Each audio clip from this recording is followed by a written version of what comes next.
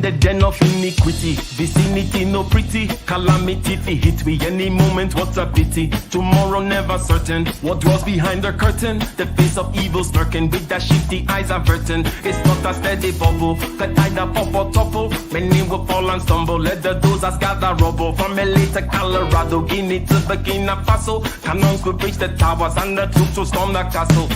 I say, run, run, come, make we get it.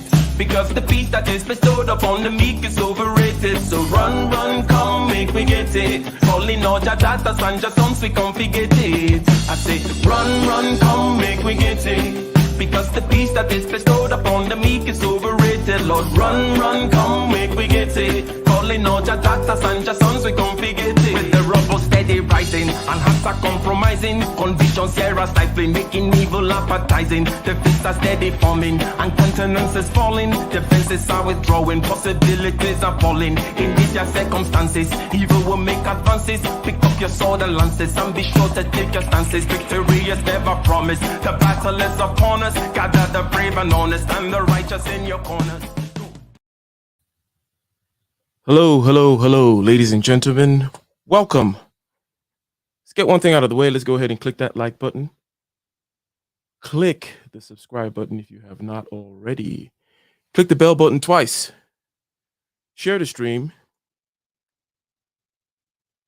And my name is Ike. This is my channel. Over here, we talk about being better and doing better. And what we're doing today is we're going to be looking at dissatisfaction and unhappiness. And noticing that a lot of times when this comes up, the typical admonishment or advice that we get from people has to do with taking a broader view, changing our perspective, perhaps considering those whom are in a deeper layer of hell than we are in, perhaps considering those perhaps whom don't have as bright a future as we might have, and we might consider this broader view, broader perspective, and let cooler heads prevail this way. Okay? Now, is this true? Is it true that dissatisfaction, unhappiness, and this loss of the meaning in things is a simple question of the change in perspective? Well, what does clinical psychology have to say about this? What does our experience have to say about this? What do we have to say about this change in perspective, change in view, change in the way in which we're looking at the game and the stage we're in the game? How does this affect us? What do we know about this? So we're going to be sharing a video from Jordan Peterson, amongst other things, ladies and gentlemen, as we explore this very topic that has to do with the change of perspective. Before we get there, okay? Before we get there, ladies and gentlemen, let me ask you once again, as you do come in, to please click that like button. Shout out to Dr. Thunder in the building. Okay. So one of the ways in which we understand this perspective change is to change from the perspective of the present to the future. So let's say we are dissatisfied with something that just happened. Okay. So we're focusing on the past. Okay. So right now we're looking back and we're dissatisfied with today because we're not so sure about ourselves of today because of something that just happened. Okay. Or something that we are afraid of, some particular sense of dissatisfaction that we have. Have we ever encountered that? And does looking into the future actually help? Because this is something that, for those whom deal with pain, are taught to do. Okay. And that is to focus on something else. Focus on anything but the pain. Focus externally from yourself. So you may find that for that 99% of the time where perspiration is called for, right? Because it's 99% perspiration, 1% inspiration, right? Shout out to, what's his name again? Edison. In that 99% of the time where perspiration is called for, where hard work and focus is called for, but there's not a lot of inspiration and butterflies in the stomach and not a lot of feeling like you're on cloud nine with a sense of purpose and drive and meaning, well, then how do you get through that? And not just in a theoretical way, But when was the last time that you felt that way? And for me, recently, the looking into the future change of perspective has really helped. So you're right here, you're looking at a deal that just went bad. Okay. You're looking at a particular sale that you were supposed to make, a particular contract you were going to pull through, or contract that you got that you kind of failed on. Maybe it was a deadline. Maybe you just did a gig and you did not perform as well as you thought you should. Now, one thing that I've always done instinctively and now more and more consciously is to immediately focus on the future. When is the next gig? When is the next deal? When is the next task? Because regardless of whether or not I actually succeeded in the present deal, if I focus on that deal, things are going to go stale sooner or later. What do I mean by that? What do I mean by that? I mean, you can either be dissatisfied because things went wrong, or you can get bored with things that just went right. Okay. You were desirous of something. You wanted the deal. You wanted this particular success, wanted that particular promotion. You wanted something, you sought after it, and this set up your psychological frame. Okay, things that move you towards your goal give you a sense of accomplishment, meaning, satisfaction, purpose. The dopamine is kicking, all that stuff is happening, and then you get what you want. If you focus on that stuff that you just got, things will go stale, will they not? Can I get a one in the chat? So this is not just a question of focusing on the future because the present slash past suck, but it's a question of focusing on the future because no matter what, the present, if focused on, or shall I say the past, if focused on, is going to simply lead to dissatisfaction and then boredom, or what the French call ennui. And ennui is that sense of not having anything to desire, right? You were desiring something. You wanted a Philly cheesesteak sandwich or whatever it is that your particular thing is. You went out there and then you got it. And now ennui is that sense of I don't have anything else to desire. I'm in a state of numbness. I'm in a lull. I don't have any drive. Okay. Now, okay, we'll get into this a little bit deeper, ladies and gentlemen, but let's go ahead and look into this aspect of if you are dissatisfied, there is a broader view of looking into the future. There are other ways too of looking. We're going to talk also about changing the game or changing the frame. But these different kinds of ways in which you can change your view, change your perspective is something that you can actively do on a day-to-day basis to get you to where you're trying to go. Because this 99% perspiration and all the attendant problems with boredom and dissatisfaction and the loss of the drive is the major battle that you have to fight in order to be successful. That is the major battle you have to fight in order to be successful, is a fight, a battle of perspective, ladies and gentlemen. So let's play this video here talking about addiction. Okay. Addiction, and we're talking about the future, and we're looking at Jordan Peterson's future authorship program. Okay, whereby you get to look at yourself where you are right now. You ask yourself questions about what you would like to have, where you would like to be, and when you would like to be there, and how you're going to get there. This idea of focusing on the future as a way of changing the perspective, because 9 times out of 10, dissatisfaction, boredom, and whatnot is just a question of wrong perspective. Yes, the argument today is that your dissatisfaction, your unhappiness can simply be changed into a question of wrong perspective. And we looked at one perspective so far, which is the focus on the future perspective. And that 9 times out of 10, you'll be able to deal with a lot of issues, okay, that you have with boredom, dissatisfaction, and happiness if you simply focus on the next challenge, the next task, whether things went well or not. Okay. You have to push into the future. Otherwise, you get into a little bit of trouble. But let's play a little bit of this. Fair use. For example, an individual that takes your program and authors his or her future already has taken the first steps of personal responsibility by doing something about it. So let's assume that we assume responsibility for our lives and get our And to talk about Jordan Peterson's future authorship program. So we're talking about people who have taken the first steps towards at least enlisting in this program. Okay, now so they're looking at their lives from a different perspective than they would otherwise look at it from. Typically, you're in the middle, you're in the eye of the storm, you're in the center of your universe, and you're not taking a broader view. You're not looking at your past, you're not looking at your future, you're not looking at possible ways in which things could go and how to get there. So Jordan Peterson has this program, and today we are going to extract one aspect of it, which is looking into the future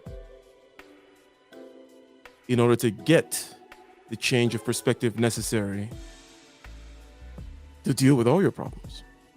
together, and we start with our rooms, and we broaden the circle, and we want to start helping people out in the world that don't have this first seed of responsibility. And of course, some of them also have diseases that they can't do anything about. We can leave that aside for now. But what do we do to inspire others? Well, you just laid it out. I would say it's like, one of the things that you pull out of the clinical literature. Imagine that you have children who have a certain low-level amount of neurological trouble when they're infants. So something's gone wrong, maybe a little oxygen deprivation at birth, something like that. Something's gone a little bit wrong with their neurological development. Assuming that the damage isn't too severe, those children will stabilize and normalize if they have at least one well put together role model in their life. And so one of the things that you do if you want to inspire others is get your act together, because you inspire most through example. It's much more powerful than words. Words are very powerful if they're also accompanied by example. But the best thing you can do is start putting things together around you. There's plenty of things to put together. It's a good meditative exercise, if you're, and I think this is the proper form of prayer, let's say, assuming that there is such a thing.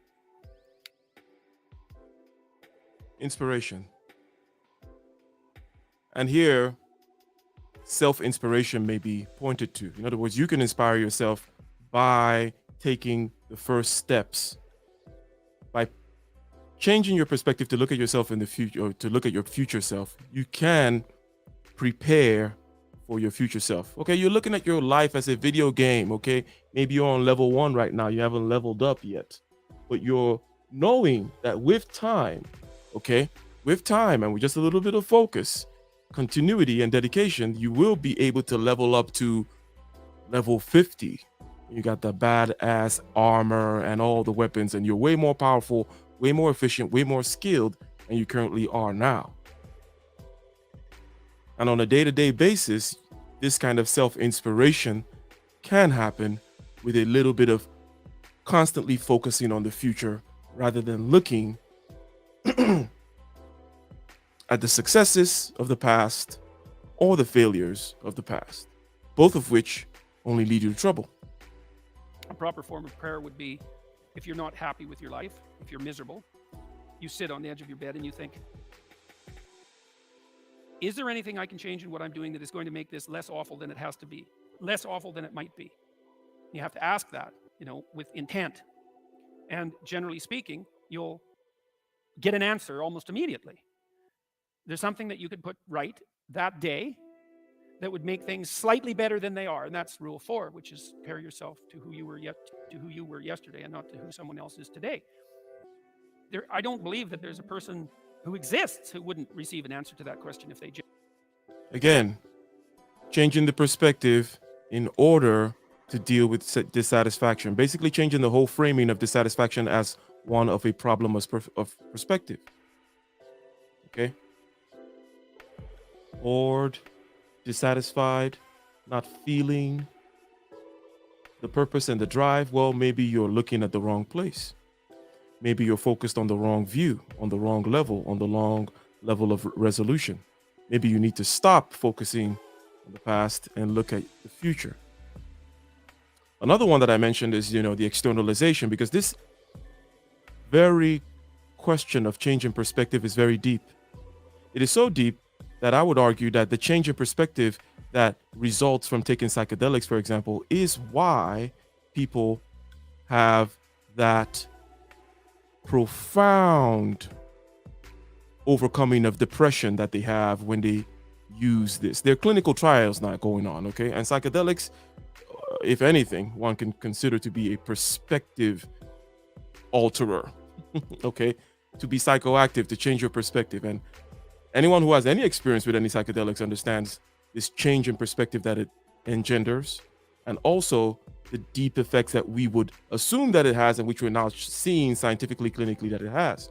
Also, we know the fact that through the AA programs, the 12-step programs of all kinds, in order for people to be treated of these addictions that they may have, a spiritual revolution, a spiritual conversion, a spiritual change in perspective is often required.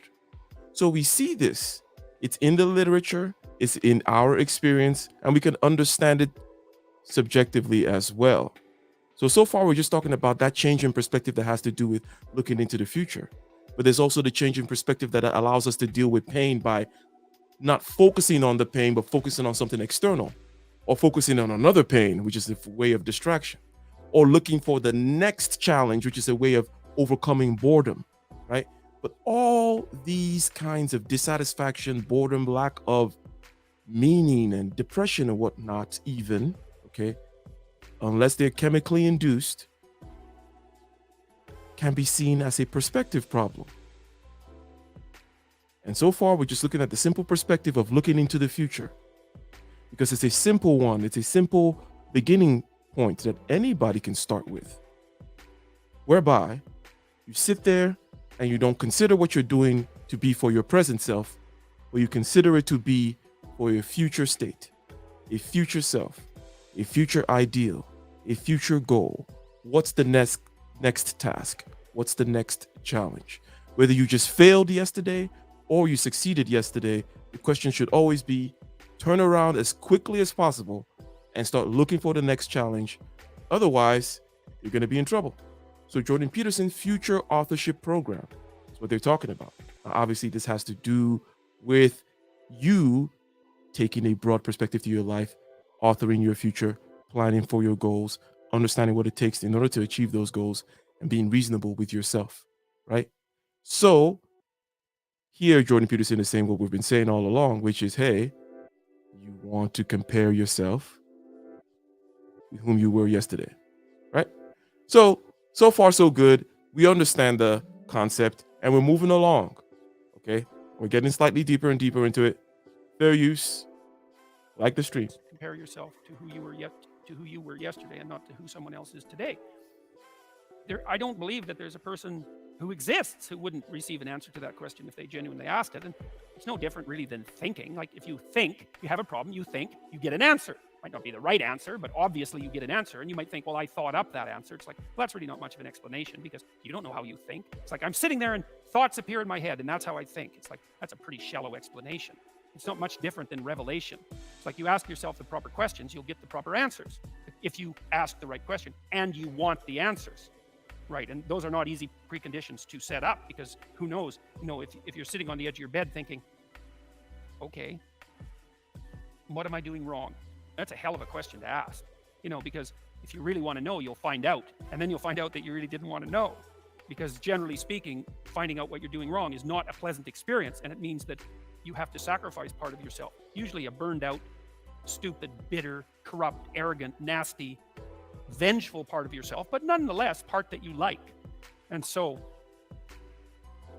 you can, I think that room for those incremental improvements exists within everyone's grasp. And in what Jordan Peterson just said, we see part of the secret strength of this weapon of focusing on the future, the secret power, the superpower focusing on the future, because it immediately allows you to kill off, to shave off and slough off all the dead skin, the dead cells, the dead part of yourself, the part of yourself that's going to get attached to the failure or the success, the part of yourself that's going to get attached to that past relationship, the part of you that's going to get attached to this notion of the title which you just got, You've been fighting for a title, and then now you got this title, this promotion, this money, this deal, whatever it may be. There's going to be a part of yourself that wants to get attached to that. But the point is, you don't do that, and you look to the future. What's the next challenge? What's the next game? Because you know how this game works. You know that it's a frame by frame game. And these are all games within games, by the way. And that's why you need to have a big game above, which is, for example, the kind of deep spiritual change that people undergo when they overcome addiction. That is the big perspective change, okay? The big focus change. But all of it has to do with a change in focus. And this change to the future, okay, is a very, very powerful one because it's easily accessible and it cuts through many, many different day-to-day aspects of our lives. Because as we live on a day-to-day, we do encounter this feeling of having to grind through things and it not being as inspiring or meaningful, you not being as satisfied, or you getting bored with the last win. Okay, and that's because you're focusing on the wins. You should be focusing on the future, on the next challenge. 10 years from now, 20 years from now, what you should be almost a slave in service to a broader perspective at all times. That will always get you out of trouble. And ladies and gentlemen, later on, we're going to talk about the ability to shift this perspective, because what does it feel like, okay? Which is the questions that we ask here on Misc Fridays is what does something feel like? Okay, that's our own particular proclivity. And by our, I mean mine. What I bring to the table for the most part is to, after talking about these concepts, really bring it down to your present day real-time ability to notice what the problem actually feels like, so that you can actually see it. And when you see it one time, you could spot it the next time. And as you get better and better at spotting it, then you get better and better at being in control of it, even though that's not what's happening. But let's just say control for because if you remember, I think we got Sick Amethyst in the building. Last time we talked about the word UGH, right? That word. Now we're talking about dissatisfaction and unhappiness. And we know that dissatisfaction and unhappiness goes along with that feeling. Okay. So that feeling, when we're focusing on the present, is what we have to overcome and then shift our perspective to the future. So we have to straighten that back, take that deep breath, which we remember from a couple of weeks ago, right?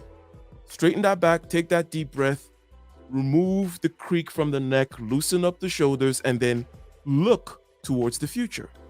This is an actual thing that you do in real time, and you don't do it imaginarily or in dream world, okay? You don't do it in your prayer. No, I mean, you straighten up that back in your seat or where you're standing right now. You take that deep breath as you sit or as you stand right now, and you focus your attention into the future goal, into the next stage, into your future self. And that has many, many powers, which we've just seen. Number one being the power to kill off that part of yourself that wants to get attached to things and calcify and become dead wood. As Jordan Peterson just said, dead, resentful, selfish, vengeful, all that crap. Okay, you don't have to be the deepest, smartest person in the world. You don't have to sit down and pontificate or meditate like Jordan Peterson. You can simply just focus on the future, and the chance that will happen becomes less and less. Does that make sense? Does it make sense that by this simple act of focusing on the future, of this change of perspective into the future state, you're immediately broadening and removing the impediments that come from having a narrow focus and having a focus that is not nested within a higher purpose, if you will. That looking at the future immediately raises things one level above. And once you raise things one level above, you're not going to be so likely to grasp and hold on to those things that the ego wants to hold on to. The ego wants to hold on to injuries as much as it wants to hold on to victories. It wants to hold on to losses as much as it wants to hold on to wins. It wants to hold on to everything. It wants to slough and wallow in everything. It wants to wallow in victory and wants to wallow in defeat. Okay? But if you point towards the future, and again, not magically, not hypothetically, but in real time, while you're there experiencing the experience of focusing on the past failure or the past success, you immediately stop it, adjust against the symptoms. What are the symptoms? The symptoms are going to be images in your head playing over and over again about that success or that failure, right? You'll be playing this image in your head about how you just killed it in this gig or how you just ruined it in this gig. We're going to be playing images in your head about all kinds of things, about the deals, about whatever it is, about how good or bad you are in one particular skill or the other. All those images in your head, okay? That's one symptom. You have to notice that symptom and look away. The other ones are going to be in your body, okay? You're going to feel a feeling of dejection, let's say if it's dissatisfaction you're dealing with, or let's say it's boredom, you're going to feel a little numb. You need to shake that off. Then you need to look into the future and say, what's the next challenge? What's the next task? What's the next hill to climb, ladies and gentlemen? So let's continue, okay? And Jordan is telling us now about his future authorship program. As part that you like. And so you can, I think that room for those incremental improvements exists within everyone's grasp. And I think that it's a humble thing to do, to ask how you can improve incrementally without interfering with anyone else, like it's your problem, not theirs. But I think that the consequences of maintained incremental improvement are anything but incremental. You get compound interest on incremental improvement. You know, there's another rule in the New Testament called Compound interest is something that we don't understand. By understand, I mean we find it difficult to visualize. We find it difficult to visualize incremental, or shall we say, we find it difficult to visualize exponential increase. Okay. Now, this makes it such that we don't realize how easy it is to slip down to the bottom, right? By just kind of exponential failures. But also, it is true that you can exponentially increase. It is not a linear line upward, okay? You see these jagged lines going up and down when it comes to success, right? Sharp falls, but also sharp increases. And the work that you did 2 years ago, okay, is now very, very, very powerful jet fuel that is propelling you today. The work you did 2 years ago, the skill you earned, the particular money that you maybe invested, the business that you started, the qualification that you got, the discipline that you particularly implemented and now have continued up to this point, that work from 2 years ago is worth gold. Okay. And this is something that is very powerful. Understanding that incremental little change that you can do by simply on a day-to-day, just sitting there and focusing on the future, for example, which is our lesson today, which is this change in perspective, which is, hey, are we dissatisfied? Are we unhappy? Well, just change your perspective.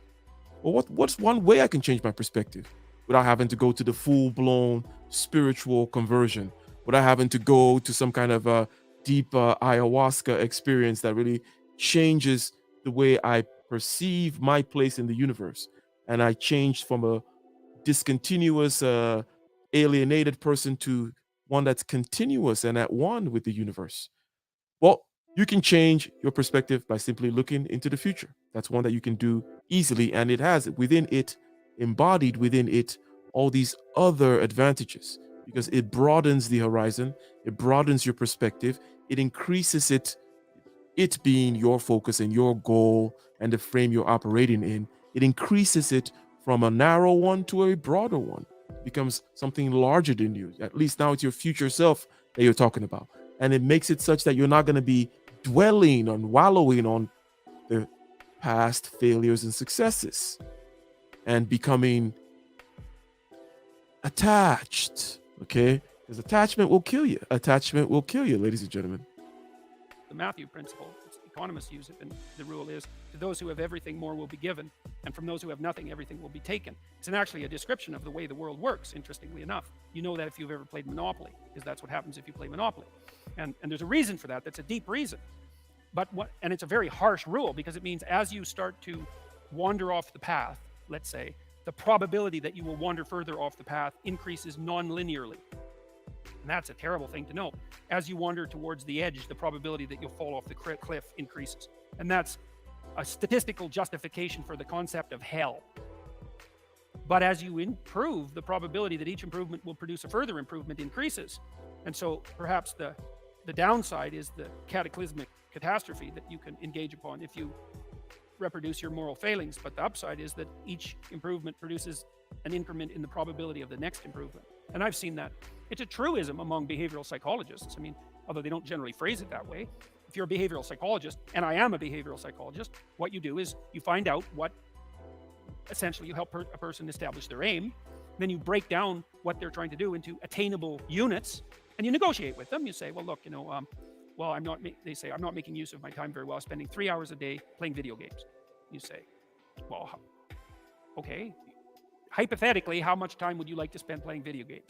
And they say, well, I could probably spend an hour a day without it interfering with the rest of my life, which is kind of the issue, right? Because if you play video games, fine, but maybe 3 hours means that you're not doing your homework or something, and that's not a good game. So you say, okay, well, I want to play for an hour a day. It's like, okay, well, can you shift to an hour a day right now? And this is supposed to be an honest conversation. And the person says, no, I've tried that lots of times. Every time I try, I just fail.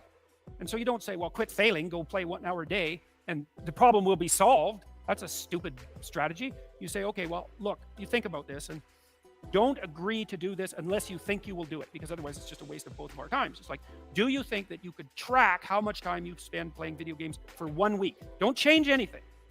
Just track it. And they think, yeah, I could probably do it. Measurement precedes control.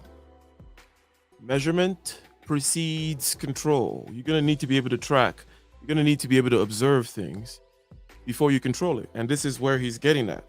And sometimes you simply don't even have to get to the control part. The control part is just going to happen automatically. So let me ask this, okay? Well, let's put it this way.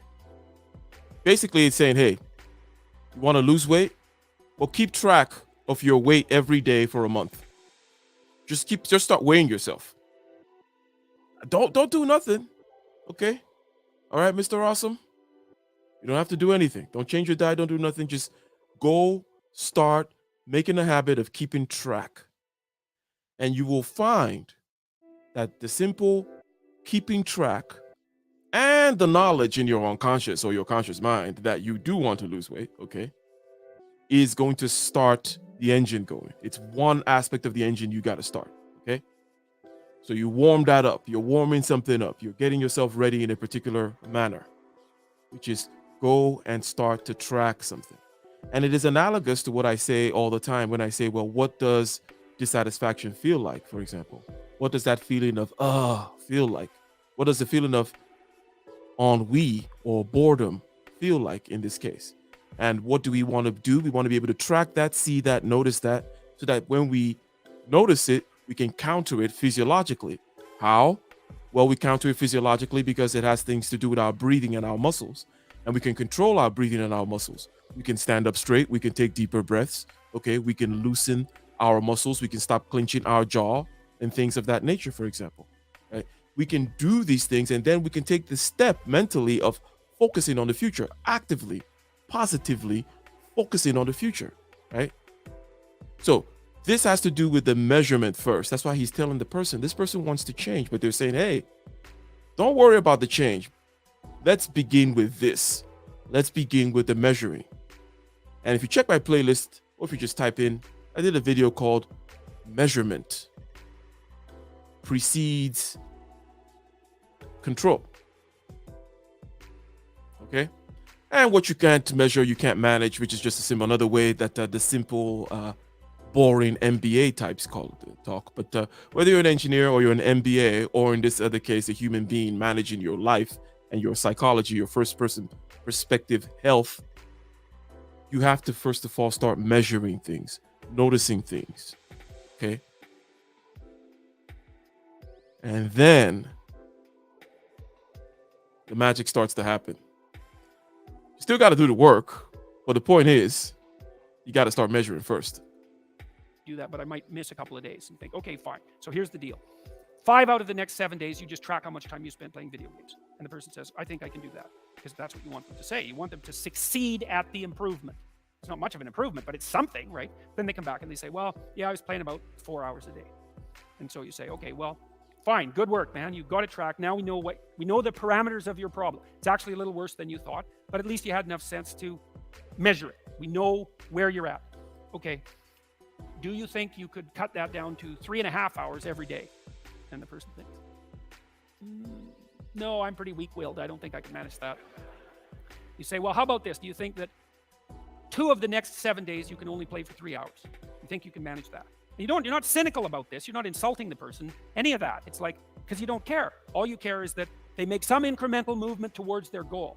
And the person thinks about that if they have any sense, and they take their weakness into account, and they think, I think I could probably do that. And then they come back the next week, and they say, I managed to spend 3 hours a day playing video games for 3 days, and the rest were 4 hours. And you say, good work, man. You've just got rid of 25%, 12.5% of your problem. You're 1/8 of the way to fixing it in 1 week. And the person isn't going to be all that thrilled with themselves because they don't do the arithmetic and they don't do the projection. They think, well, I'm still pretty damn useless. I'm playing 25 hours worth of video games a week. It's nothing to pat myself on the back for. It's like, yes, it is. It's a marked, measurable improvement, and it's a move in the right direction. And then you say, okay, well, on the days you succeeded, how did you manage to succeed? And is there a way that you could do it for 4 days next week? How did you manage to succeed on the days that you succeeded? So you just started out by measuring. Let's say it's your weight. Or in this case, he's playing video games too much. He's measuring the hours playing video games. And then you're like, okay, is there a day when you can start to maybe implement a certain kind of a diet? A day where maybe you could start to work on your hydration? So you're adding glasses of water. Then there's the how. How did you actually work it out that day that it worked out? And when it comes to our particular task today, which is to look into the future, we want to see how we overcame the feeling of boredom, dissatisfaction, ennui, that lack of meaning and drive and purpose, that thing that is blocking us from getting where we need to get ish done. Okay. How did we overcome it that day? Okay. Now this brings us into a conscious place. We have to know what that feeling was like that day and how we struggled with it and the little battle that we won. Because here, this is about little victories and also seeing how it happens. So asking the question, what does this feeling feel like? And then how were you able to overcome that feeling that day? How were you able to overcome the procrastination that day? How were you able to look into the future that day? What was it actually like?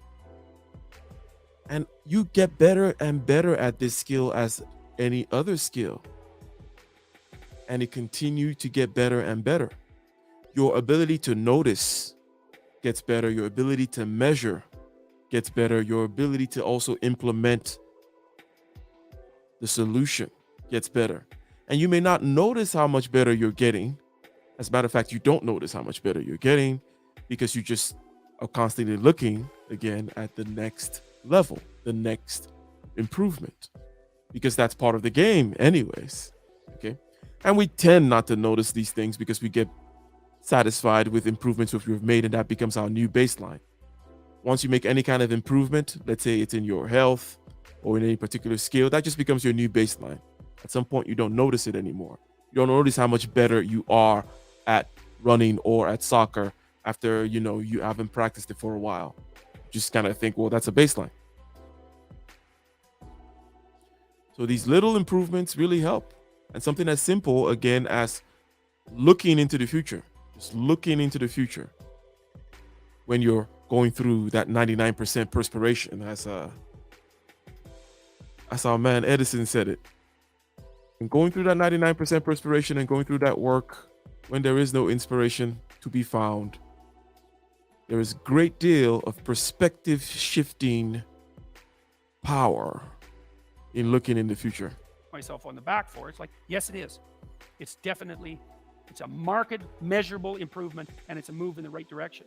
And then you say, okay, well, on the days you succeeded, how did you manage to succeed? And is there a way that you could do it for 4 days next week? How about that? Or maybe you could even try 5 days. Do you think you could do that? And then you also tell the person, look, the other thing you've got to understand is you're not going to improve like this. You're going to improve like this.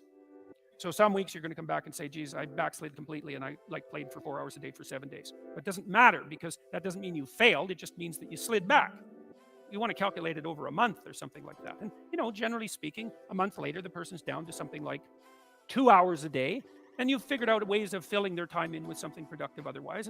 And they're on their way. And the general consequence of that is that every time they manage an accomplishment, they get a little stronger in character. They get a little bit more confident in their ability. They get a little bit less racked with self-disgust. They get a little bit more hopeful about the future. And they get more confident that they can make another change. And if you're patient, and you have to be patient with yourself that way, it's like you reward those incremental improvements and you don't get all cynical about them. And you think, okay, just imagine what would happen if you kept doing that every week for 10 years. And the answer to that is things would be so much better for you that you can't even imagine it with that much improvement, or maybe even with half that much improvement.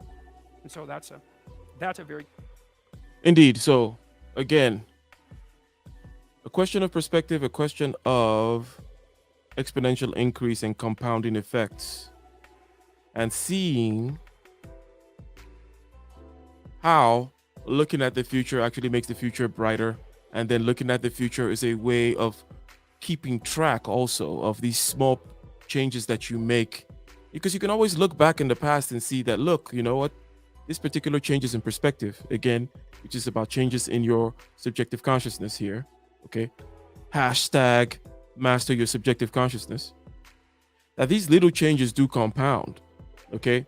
The fact that you no longer just look at your life and your place in it, your consciousness and your will as some kind of abstract nonsense, but as something that actually really happens, whereby you can feel it in your bones, you can hear it in your head, you can hear voices tell you about how it really sucked, about the bad thing that just happened, about the deal that just fell through, or how it was really great and how you can feel it in your chest and all that kind of stuff.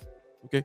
The fact that you've changed your perspective to be able to see these happenings in your head and in your chest and in your shoulders and everywhere else, this kind of perception compounds. You get better and better at it. And the more you're able to notice these things that are in the danger of carrying you away with them, okay, because you can be carried away by your head and the voices in your head and the feelings in your chest. How do we call that? What do we say on that? Out here in these YouTube streets, we say you get in your feelings, right? You're getting in your feelings. So getting in your feelings and getting carried away by your feelings is something that can happen when you don't know how it happens.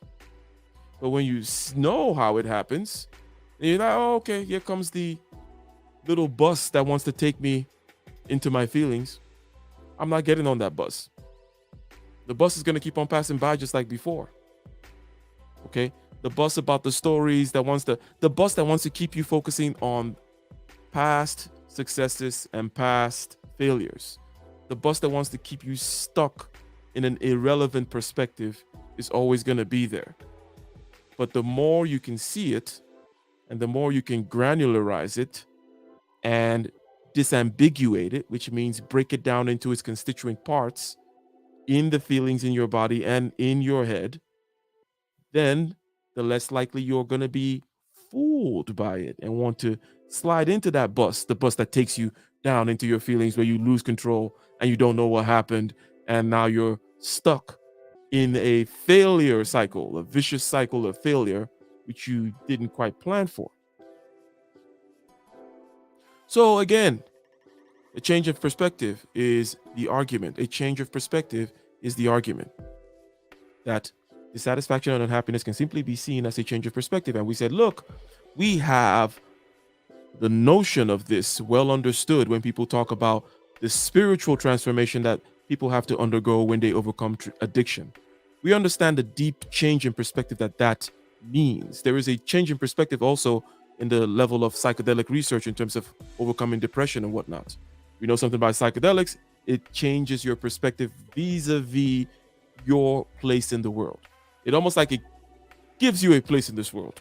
You become a less alienated, less disjointed, discontinuous being, and you feel a oneness, if you will, something similar to those whom deeply practice meditation also can get. Okay, so we understand these changes of perspective, and people tell us, hey, take a big perspective, consider other people that are worse off than you, for example, which is another form of changing perspective. Okay, so we understand this, and we say, hey, what is a simple one that we can do every day, okay, without having to completely go through a spiritual conversion yet, without having to get into an ayahuasca ceremony yet, without having to practice meditation formally at least 30 minutes a day like you do, Ike, yet, without having to do all that yet. A simple one you can do is simply just look at yourself in the future all the time. Constantly asking, what's the next challenge? What's the next success? What's the future self that I'm laboring for? What's the future? What's the future? What's the future? It's a simple one, very easy to operationalize. It's not very complicated. It doesn't take a lot of deep thinking. You simply just think, okay, tomorrow or 5 months or next year, right? And immediately you broaden the perspective, okay? Immediately you broaden the horizon. You remove yourself from a narrower focus, and you start getting the benefits of a broadened horizon.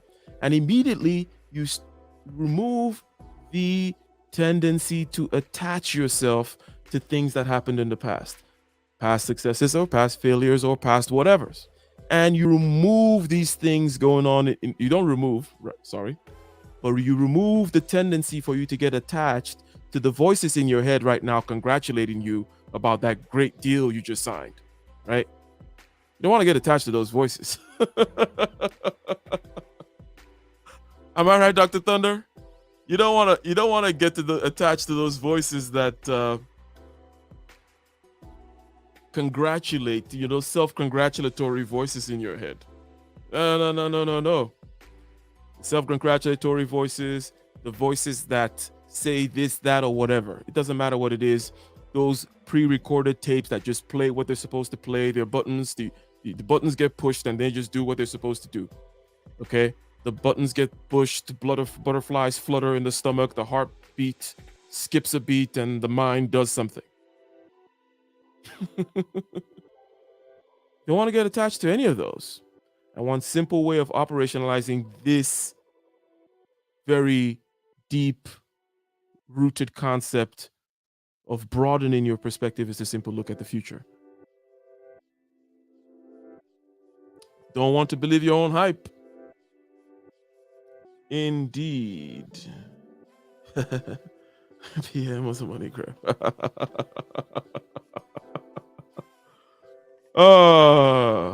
Okay. So we got another one where Jordan Peterson is here talking to, what's his name? A comedian. Okay.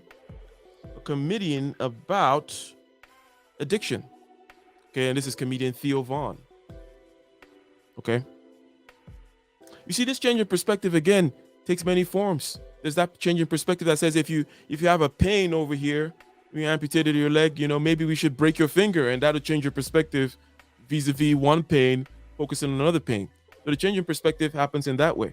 The change in perspective also happens in the way of the game, the framing game of desire, chase, satisfaction, and then new desire.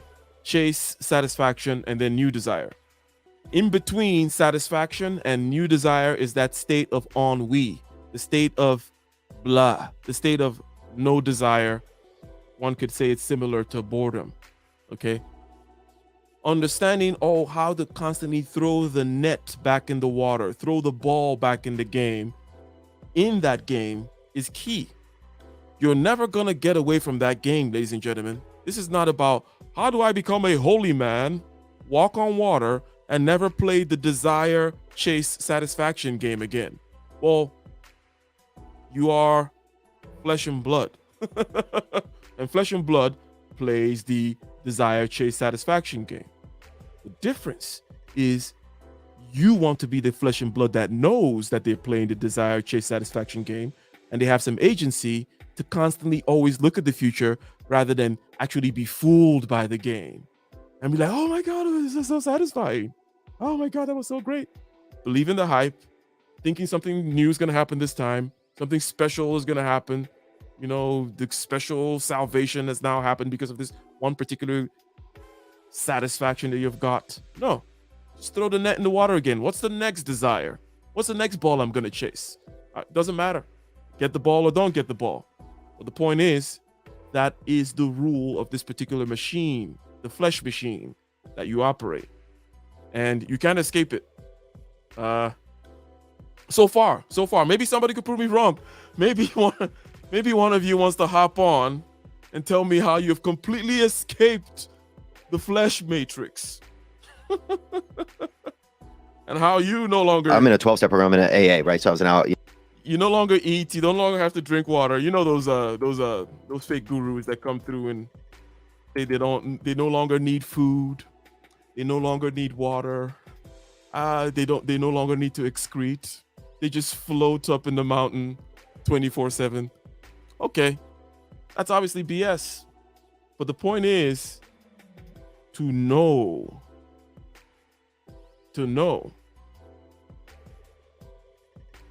And to anyone who might say, well, what's the point of all this kind of observing yourself, observing?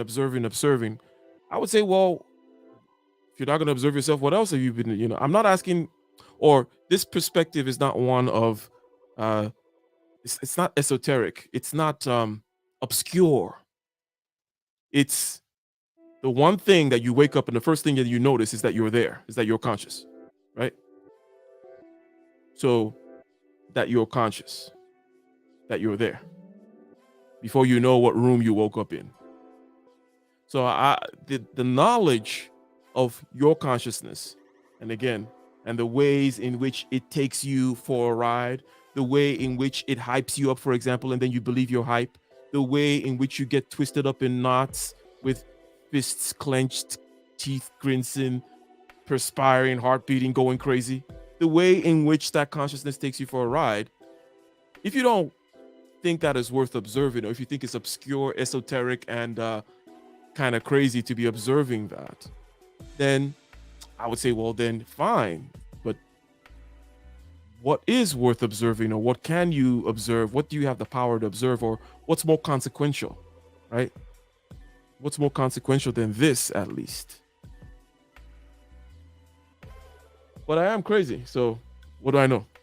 I'm in a 12-step program in an AA, right? So I was an hour, I'm in recovery, so almost 2 years now. And that really changed my life, getting into, 12 steps. And, and I know that's your book. But one of the things that stuck with me is esteemable people do esteemable things. Mm-hmm. And it's like, right. And it's like when you have that choice to do something. It's better than alcohol, man. Yeah. Yeah. And the funny thing is, if you're trying to stop drinking, you need something better than alcohol. And alcohol is pretty good. Yeah. So you better find something a lot better, man. Yeah. And it is. And then esteemable people do esteemable things. It's like, yeah, well, you want to figure out something that you're doing with your life that's worth not getting drunk and screwing up. Yeah. Right. Because that's fun. Yeah. You want to have something on the other side of that teeter-totter that has some value to you. You bet. And so that you can think, no, I'm not going to get drunk and screw that up. Right. Because, you might say, well, why do people drink too much? It's like, if you like alcohol, that's a stupid question. Yeah. Right. It's like, why do people drink too much? Well, because it's great. Yeah. It's like, okay, so why stop? Well, you do stupid things when you're drunk. You hurt yourself. You compromise your health. It's really hard on the people around you. You tend to turn into a liar, and it screws up your life. Yeah. It's like, yeah, but it's pretty fun. Yeah, well, it is. But you need something better than that. And what's better isn't being straight and not making mistakes. It's like, that's all prohibition in some sense. What's better is, no, you need an adventure, man. You need to get out there and have something to do. Yeah. And something. So in typical Petersonian style, what is the solution? The solution is the hero's journey. Okay. So you need something better than alcohol. You need something better than that addiction. You need something better than the chase. And the chase is the desire, chase, satisfaction cycle, which I just earlier described. Okay. So what is the hero's journey? It is a bigger perspective, right? It is a bigger perspective but it also has a desire, chase, satisfaction story embedded in it as well. So our argument is making itself more and more. What is our argument? Our argument is that it is a simple perspective change, and really, literally a zoom change that is often required. A zoom from the narrow present/past of the bad thing that happened or the good thing that just happened into a broader future, for example, or into a broader perspective of your life and your good and your well-being, for example. A broader view from just the pure goodness, niceness of alcohol to, well, the fact that it's making your future life bad, making the life of those around you not go so well, making certain plans not be actionable or achievable. This broadening of the perspective is our argument. And that whenever you broaden your perspective, you are able to shift away from this dissatisfaction, boredom, unhappiness, whatever it may be. Hence, the ability to shift this perspective, which I call mastery of subjective consciousness, is 100% key. How does one actively shift perspective from present to future? Actively shift perspective from my personal narrow interests to a broader view of values, concerns, and priorities. Worth waking up for, and that's the substitute for the addiction. Actually, the addiction is the substitute for that, if truth be known. Right, but eventually you can flip that around and you can find that, the much girthier and more there's a lot of sexy weight in having self-worth, and that's what I've started to slowly find in my life. Yeah, and you might also, like, the thing too is, there's something kind of, I don't know, the bar scene, the heavy drinking scene, there's something kind of edgy about it, and some kind of adventurous about it. And, you see that it's kind of dramatized in people like Tom Waits, who's got that real hard edge, or Johnny Cash, or people, hard living guys. Guys with 6 or 7 livers in them. Yeah, exactly. Yeah, well, there's something kind of romantic about that. Yes. Good point. Keanu Baxter says that the dopamine isn't in the hero journey, though. Yes, and that will be the difference, because I was creating an analogy, and analogy is never a perfect identity, right? That's why it's an analogy.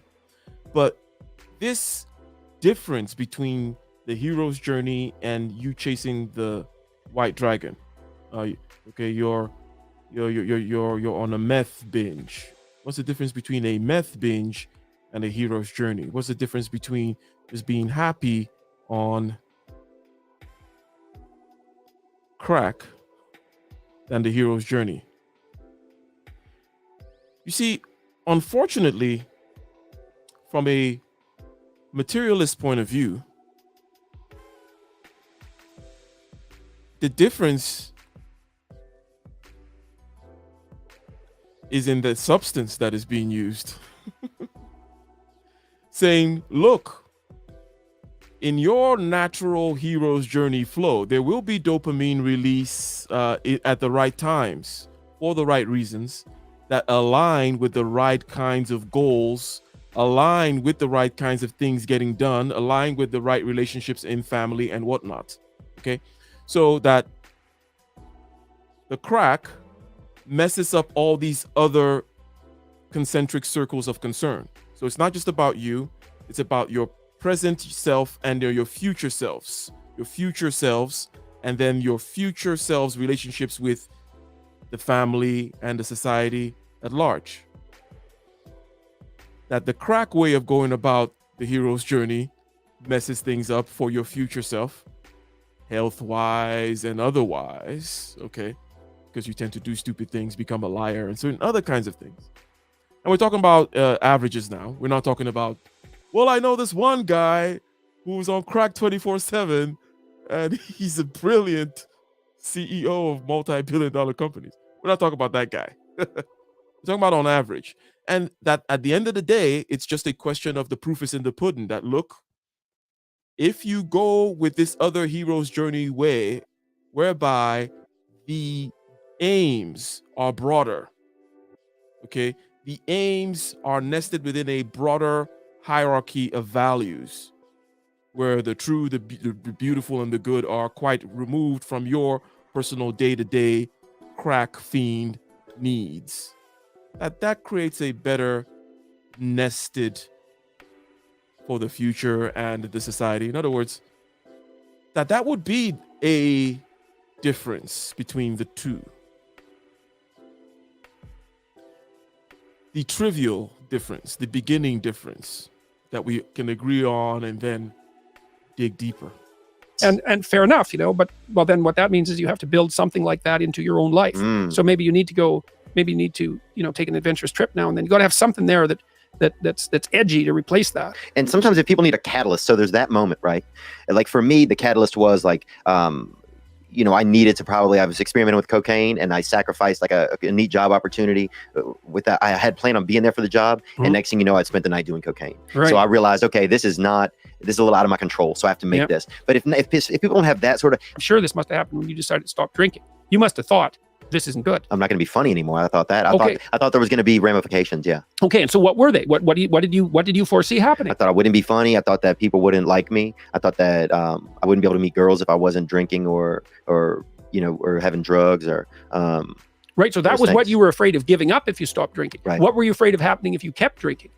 I was afraid of not achieving my dreams. I was afraid of, ending up a drug addict. Yeah. Of dying in my sleep. Something, dying under the influence. Okay. So yeah, it's not like that doesn't happen to comedians. Right. It happens a lot. Yeah, it's one of our go-to moves. Right. Well, exactly. Well, it's not an occupational hazard because you're up late at night and you're around bars all the time. It is. Because you're up late at night. And Chris Farley right here. Right. Well, and it happened to all sorts of comedians and rock musicians. It usually happens at about 27. Weirdly enough. So okay, so you were afraid you're going to die, or you're afraid you're going to become addicted. So let's say what would have life like been like you for you if you were addicted? So you don't have a career anymore. No. Right. So you've given all that up and failed. So that's fun. So that's going to drive you even more towards drugs. Yeah, it would have been all my dreams. It would have been miserable. Right. It would have been hell. Exactly. So why?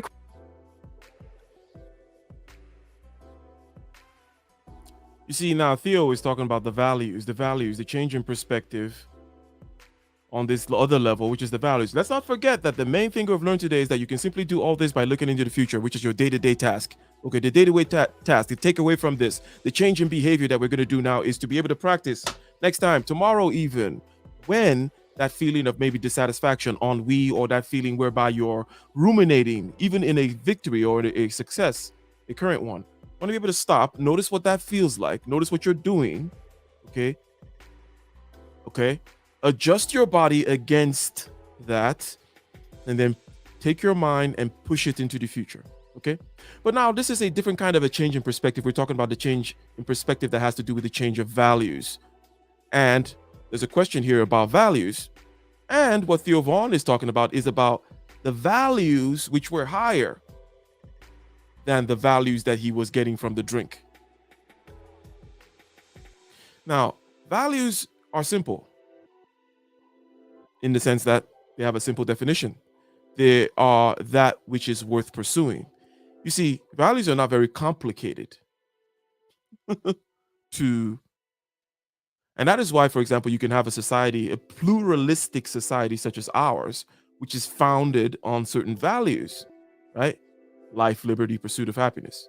And we say these are the things that for us are worth pursuing, under which we can all agree to organize our political system under. That you and I agree that life is worth pursuing. You and I agree that liberty is worth pursuing. It's a goal, it's something that we should aim towards. And that the pursuit of property or happiness is something that we should also be aiming towards. So those are values. Value is a target, is where you're aiming towards. Now, whenever you aim for something, you will then ask, well, what is that thing about? And you keep on having bigger and bigger aims until you get to, well, what is the ultimate nature of good itself or God itself? Or you go back and you ask, what is the nature of that self-willing into existence when it comes to the metaphysical understanding of God?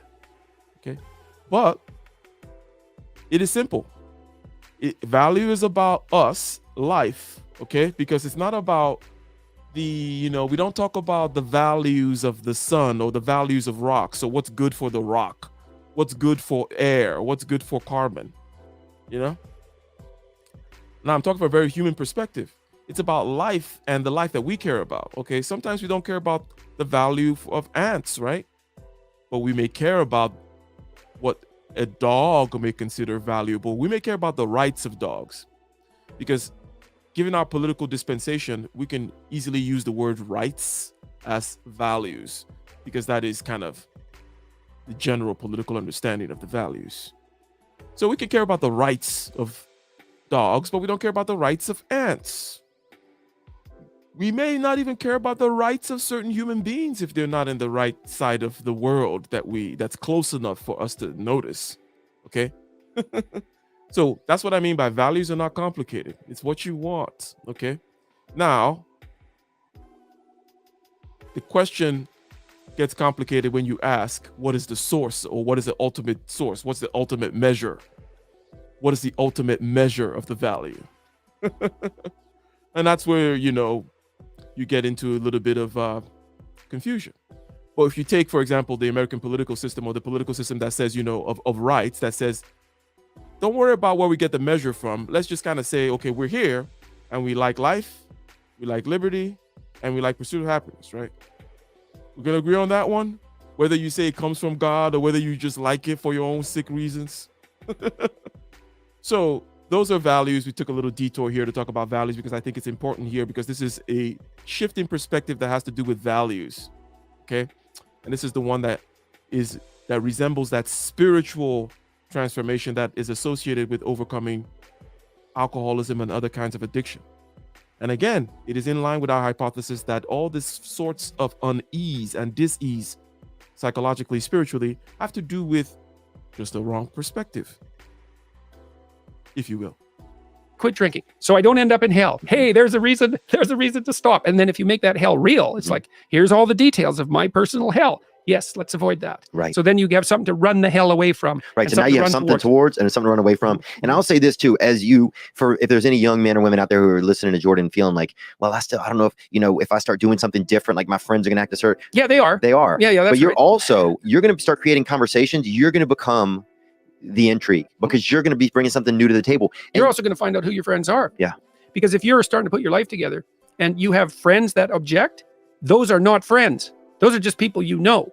They're not friends, because a friend is someone, this is one of the hallmarks of a friend. Here's 2 hallmarks. Mm-hmm. A friend is someone you can tell bad news to, and they won't tell you why you're an idiot, and they won't interfere with your suffering. They'll just listen, and maybe they'll suffer along with you. Okay, so you can tell bad news to them, and they won't tell you some worse thing that happened to them. They'll listen, and they'll suffer along with you. But a friend is also someone you can tell good news to, and the friend will say, wow, in this veil of tears, something good happened to you. Great, man. Congrats. I'm wonderful. It's rare. It's unlikely. Good for you. I hope 10 more things like that happen. And they're not envious, and they're not jealous, and they're not one-upping you. And if you're trying to get your life together, if you're trying to get your life together and your friends get in the way, that's actually real useful for you, because you've now identified who your friends aren't. And you might think, well, I can't give them up. It's like, oh, yes, you can. And not only can you should, and it would be better for them. Because if they're aiming down and they want you going down with them, there's nothing good about what's happening to them, and there's certainly nothing good about that for you. Yeah, they're not going to, and then they're going to learn, wow, I'm going to lose friends if I continue in these directions. Yeah. Exactly. Why is it hard for people to let go of what's so familiar to them, even if it's bad? Well, because it's complicated. And the thing, that's a really good question.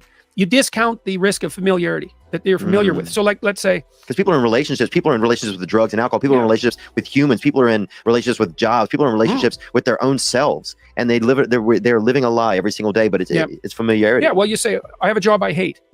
It's like, well, yeah, but I'm not dying from it. It's like not as bad as it can be. So you factored in the risks already that get invisible. You think, well, I can't jump out of this job because what about all the risk? It's like, yeah, no kidding. You got to get your resume in order. You got to send it out. You got to send 50 of the damn things out before anybody will call you back. Then you have to go get interviewed, and maybe you're not any good at that. You have to come up with a story while you're a good employee, and maybe you're not yet. So you have to figure out how to do that. It's like, what about all these risks if I go look for a new job? It's like, yeah, absolutely, man. Those are risks, and they're harsh, and no wonder you're avoiding them. What about the risks for you to stay with this job you absolutely hate? Well, let's think that through. Okay, so I have this dead end job. I hate it. I'm getting bitter. Where am I going to be in 5 years? I know where, because I've watched this with people. You're going to be just like you are now, except a lot more of what's good about you is going to be gone, and a lot more of what's terrible is going to be amplified. And you're going to be like, in 5 years, you're going to be 10 years older instead of 3 years older. Yeah. Right. And Because so it kills your spirit somehow. Oh man, yeah. So it's like you think, oh my God, there's a terrible risk in pursuing this new job. It's like, yeah, there is a terrible Exponential spiritual death, ladies and gentlemen. And let's not forget, there is exponential growth on the other side of this. You know, so on the day-to-day practice, on the small, little incremental improvements that one makes each time one overcomes the hump of dissatisfaction, ennui, overcomes the call to be a Cain, for example, to be that dissatisfied person that is pumping their fist against existence itself, pumping their fist against God and wanting to go kill Abel, for example. Well, way before you get into the Abel killing phase, and Abel could be you, it could be as part of yourself. You'd be killing a part of yourself with alcohol and other misbehavior, addictions and whatnot, as a result of not wanting to face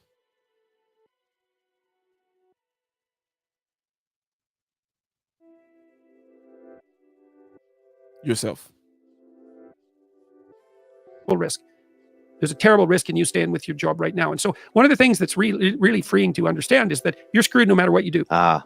There's no secure path forward. Give it up. It's risk everywhere. You think, oh my God, that's terrible. It's like, yes, except for two things. You can pick your risk. That's the first thing. So you get to pick your poison. That's something. And second, you're a lot tougher than you think. So even though there's risk everywhere, if you confront it forthrightly, what you'll find is that you can actually handle the risk. And that's the security. That's beautiful. And there's so much growth to be had right there when you realize how much, like there were times I was like, man, I could never be a sober person because I'm afraid of, you know, I can't communicate with women, or I'm afraid to, you know, stand around in a circle with tough guys without having like a beer in my hand, you know, or like all these little crutches, you know, I can't. And then I remember when I got like 90 days sober, I was just like, holy shit, man. Like, it was like the first time I'd ever done something like for myself, you know? And it just, man, it felt unprecedented.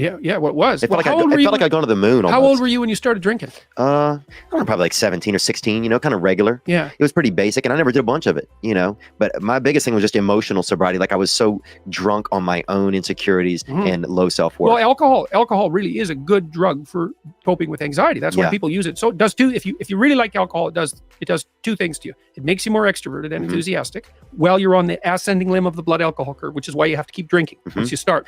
Because if you plateau, that goes away. So you got to keep drinking. Okay, so that's one thing. It makes you more enthusiastic and more full of positive emotion. And the second thing it does is reduce anxiety. And so if you are a bit more socially anxious, and you also have that positive response to alcohol, which everyone doesn't have, by the way, then it's a great drug. But the problem is, it's a great drug for the moment. Right. Right. There's consequences. Yeah, that sounds when it's not great. Well, it also, alcohol. So we go back to the consequences, which means, right, if you look at the word con, I believe that is with, right? It's con or with, you know, with sequence, the thing that comes after, you know, things that come after, the consequences, the things that come after.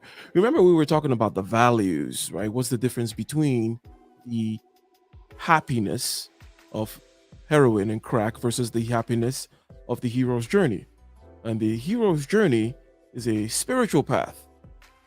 Okay? Whether the hero be Abraham or Luke Skywalker.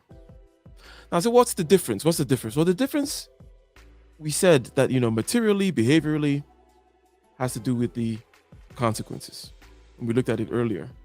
And I was just highlighting it again, which is, yeah, all this stuff is great. All the stuff we just described about feeling good. Yeah, what's wrong with feeling good? The problem is not in feeling good. The problem is, are you able to feel good now and in the future? Are you able to feel good and keep with your responsibilities, your duties? Keep the relationships, ties, contracts, and what have you, both into the future and also in the concentric circles of people that you're responsible for and an influence over or to? Can all these consequences and sequential groups of influence happen in a harmonious manner into the future? Is your future self going to be okay and the future of your relationship with family, work, community gonna be okay. In this really lies a lot of the story of morality. Because morality is not just about the individual. Morality is about continuity over vast periods of time, generations, and many, many consequences, such that all the many, many questions, all the many, many paths that are possible to you when it says, well, what's the right thing to do, starts narrowing down when it has to not just be good for you now. Because what's the right thing for you? And you say, well, if it makes me feel good now, the right thing to do is drink. And then, well, what's the right thing for you now and in the future? What's the right thing for you now and for your family? What's the right thing for you now and for your family's future? What's the right thing for you now and for the future of your society? What's the right thing for you now and for the future of your grandchildren? All these many different possible paths and many different possible values and routes that one can take starts really narrowing down when you consider this very simple question of consequences. Is an interesting drug because it actually doesn't make people stupid. This has been tested. Like alcohol, people who are drunk will take far more risk. And you might say, well, that's because they're too stupid to understand the risk. It's like, no, they're not. If you ask them about the risk when they're drunk, they can outline it perfectly. What it stops them from doing is caring about the risk. It's actually, and that's part of the anti-anxiety component. It's like, yeah, the risk is, that's why you can drive around drunk at high speed in a car, which is a really stupid thing to do. Yeah. So we used to do that in the back roads in northern Alberta. It's fun. Yeah. But people died all the time doing it, especially in the winter. It's like, wow, this is great. It's great until your head's gone through the windshield, like so many things. Yeah. It's like jumping off a cliff. I'm flying, which is true until the last 1/10 of a second. It's like, then you're not flying, man. It's like, yeah. So alcohol has exactly that effect. It is a great anti-anxiety drug, but it does stop you. And you said it stopped you from learning the skills that you need in a social circumstance to be able to cope with that. So then it actually stops you from dealing with the anxiety. You don't have to learn how to overcome it. That's not good. Yeah. So you're not really learning. You're kind of just staying in the, you're baiting you're kind of meeting the anxiety with a little bit of light medication, but you're never getting through whatever the anxiety was. Yeah, you don't have to learn. Okay. Just a little pause here, because one of the main things that I always say is being reinforced here, which is basically you have to feel stuff. Can I get a 1 in the chat if that makes sense? You have to actually feel things. The body actually needs to be felt. You need to feel what anxiety, failure, pain, being a loser, you actually need to feel that. If you don't feel it, things go wrong. If you try to block yourself from feeling it, things go wrong. Again, can I get a 1 in the chat? Because this is a very deep thing. And it's at the root of why I always ask, what does something feel like? What does boredom feel like? What does procrastination feel like? What does that feeling of feel like? Okay? And when you know what something feels like, means you're overcoming the tendency to be attached to it, to be controlled by it, and also you are overcoming the tendency to avoid it by doing these avoiding behaviors, addictive behaviors, right?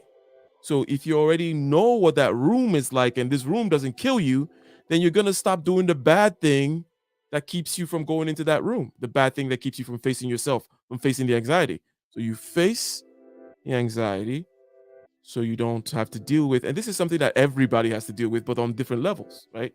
But everyone is conscious, and with consciousness, okay, comes, with human consciousness anyways, comes an innate, just base level anxiety. Just basic. Because consciousness involves a dislocation, a separation, a object and a subject. That in and of itself creates a little kind of a head fake and a discord, like a whoa, like what's going on here? So even just that you have to settle into, okay? Even at that meta of a level, if you will. But over here again, he's basically talking about, hey, the alcohol is a way of numbing yourself to not feeling the stuff, right? The alcohol and the drugs or the sex or the whatever is a way of numbing yourself to not feel the stuff. So basically one big rule about the meat machine one big rule about this flesh machine, which you are, is you actually have to feel it. If you don't feel it, things go wrong.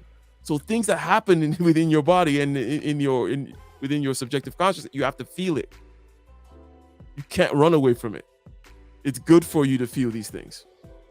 The skills. Well, Right. you said you like to stand there with a beer in your hand. We'll give you something to do. You didn't know what else to do. Then you didn't have to learn. Right. I had the same issue. Like I started drinking when I was 13, probably. Yeah. And And that's late in Canada. yeah, that's right. I mean, I was way behind my neighbors. They were slugging it back when they were 4. Oh, I've been in Edmonton and I've seen people. I mean, it's just people love to drink up there. They It's just certainly do. it's a fun culture, right? Now, It's on it's the a cultural thing. Well, the farther north you go, the more the drinking becomes necessary, especially yeah. in the winter, you know. So, and there's not that much to do in those isolated small towns. Yeah, I drink So- my own blood probably. Yeah, well, that's enough, it. Well, you that's know? funny. When I used to go back to the little town I was from when I was an adult, even if I hadn't really had anything to drink for years, it was like, well, what are we going to do? Well, let's go to the bar. Why? Well, because there actually isn't anything else to do. So, you know, and so you end up there.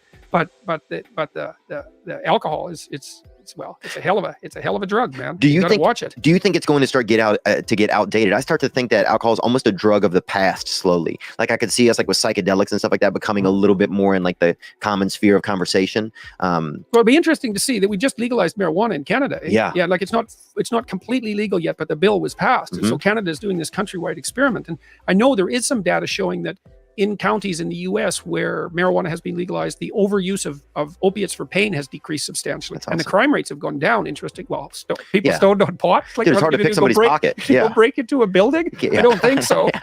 You're just not going to get it together. You to might do knock that. for a long time. Yeah, I think you yeah. might knock at the front door. I don't Yeah, think you're going to break in. And though. you're not You're not breaking into no houses. You're high on pot, I guess. You might go knock at the front door. But again, ladies and gentlemen, we are saying that you need to change your perspective when it comes to things such as dissatisfaction, unhappiness, ennui, the feeling of being uninspired, if you will. And we say, hey, a very simple way of doing this very deep, very profound, very all-encompassing thing called changing your perspective without necessarily having to do the big one is basically to look at yourself in the future. This is a simple way of broadening the perspective all the time. So rather than look at the past failure, the past success, well, what's the next deal? What's the next game? What's the next phase in the desire, chase, satisfaction, and then boredom, desire, chase, satisfaction, and then boredom, desire, chase, satisfaction, boredom. What is the next part of that game? What do I need to cast the next net? It's almost like, you know, these dogs racing where they put a rabbit in front of them, or you put something in front of some animal and it's chasing the thing, right? So you are the dog and you're setting the rabbit in front of yourself. You have to set things in front of yourself in that game. Otherwise, the game's going to control you, is the point. So you're never going to get out of the rat race. You're never going to get out of the matrix. You're never going to escape the rules of the meat machine. But you can at least play it nicely. You know, like, hey, change my perspective, change my perspective, change my perspective. Okay, so we've been using that to look at all these different aspects of, let's say, the Jordan Peterson self-authorship program, and now talking about addiction. And we see a lot of these themes come up. But one thing that keeps coming up, as it always does, is the idea of keeping track of yourself. Remember, in the previous video, he talked about just stop and measure. And I gave the example of stop and measuring your weight for a month, right? Or he was talking about stop and measuring how many hours you play video games. Just stop and measure what the problem is. That observation aspect of things is very key. You might. That's right. You might not. You're not going to go out. What, are you going to go out in the alley and have a fight? No, you're not. A real slow fight. Yeah. Well, you're watching your hands. Like, yeah, So it's like chess with your hands. exactly. That's not going to happen. So, yeah, who knows? Like, I mean, if we had to make a bad drug legal, the worst choice was alcohol. It's Yeah. definitely the case. You know, and I'm saying that as somewhat of a fan of alcohol. Like, No, me too. Yeah, I like it. But it's a bad drug, man. And is it also starting to become archaic as we get into drugs that are, you know, like, you know, people are using psychedelics more, where people are a little bit curious about drugs that make you think, instead of drugs that make you not think. Right. Yeah. Right. Yeah. Yeah, because alcohol is kind of an escape into, well, it's not full unconsciousness, although it certainly can be. Yeah. But yeah, and alcohol also makes people aggressive. It's the only drug we know that actually makes people aggressive. So you see a massive effect on crime rates, because half the people who murder someone are drunk. Oh yeah. And half the people who are murdered are drunk. And you know, and you're most likely to be murdered by a family member. Yeah. So I've been joking with my audiences, is like, well, if you really want to get killed, the best thing to do is go drink with a family member. So, which is actually statistically true, which is terribly comical. It's like, yeah, go get drunk with your family if you want to die. Good evening, good afternoon, and other times. Thanks for watching that video you just saw. I mean, it was okay. All right. Theo Vaughn, go check out his channel, ladies and gentlemen. Okay.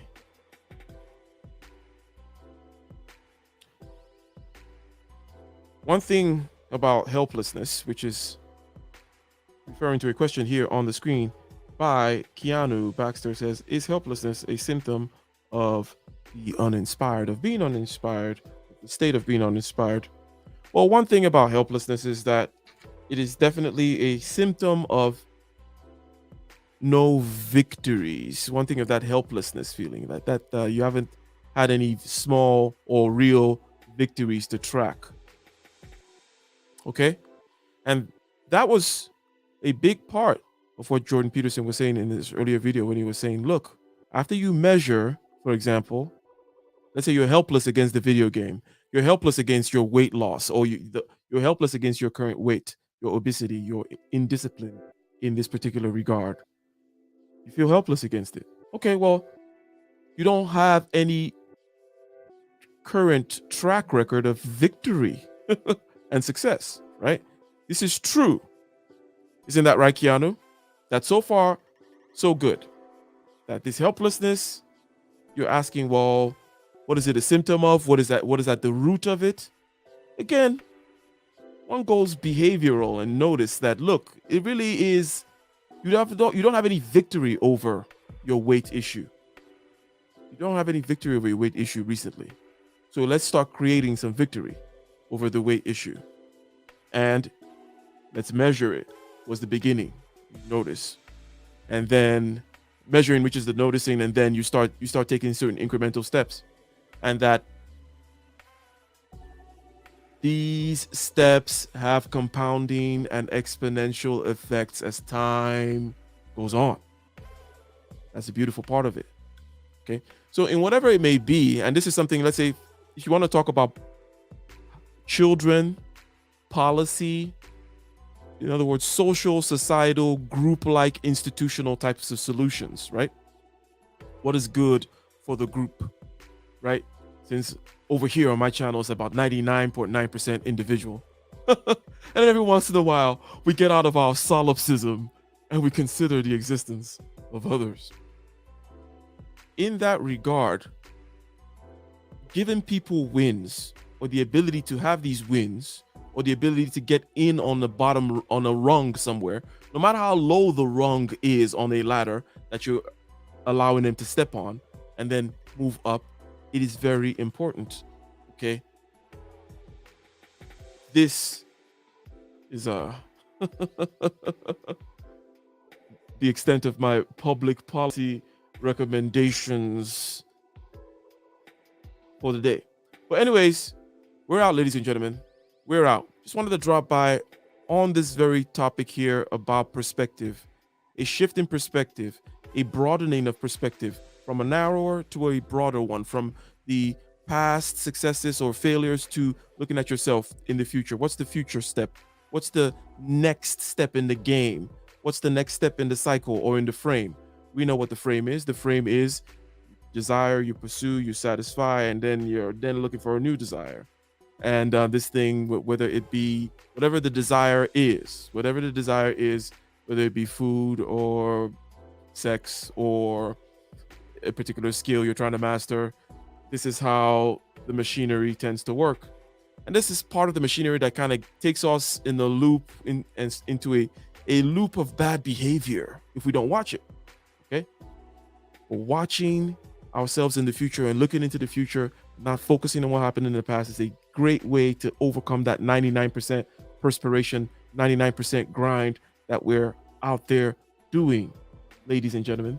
And then, of course, we looked into some of the more deeper implications of this and noticed that in many other realms, such as, for example, in the overcoming of addiction, we do see that there is a big changing of perspective that is often takes place, such that, for example, the 12-step program shows us that it is correlated with a spiritual transformation, this belief in a higher power, which is a part of the 12-step program deal. Okay. And also research into psychedelics, and also folklore about psychedelics, and also imaginations that we can have about what it does, being a perspective changing thing, and then how it can help you overcome depression. Okay. So, ladies and gentlemen, with that, we shall see y'all next time. Good evening.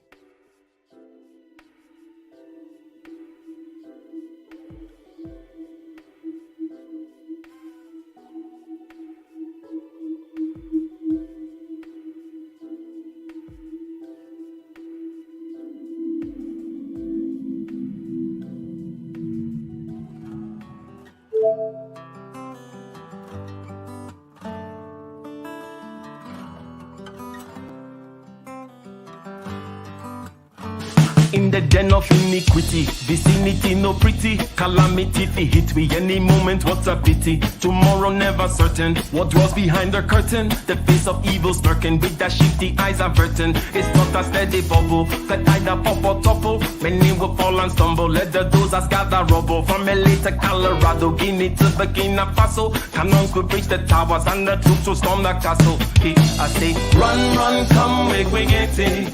Because the peace that is bestowed upon the meek is overrated. So run, run, come, make we get it. Calling all your daughters and your sons, we come forget it. I say, run, run, come, make we get it. Because the peace that is bestowed upon the meek is overrated. Lord, run, run, come, make we get it. Calling all your daughters and your sons, we come forget it. With the rubble steady rising, and hearts are compromising. Convictions here are stifling, making evil appetizing. The fists are steady forming, and countenance is falling. Defenses are withdrawing, possibilities are falling. In these your circumstances, evil will make advances. Pick up your sword and lances, and be sure to take your stances. Victory is never promised, the battle is upon us. Gather the brave and honest, and the righteous in your corners.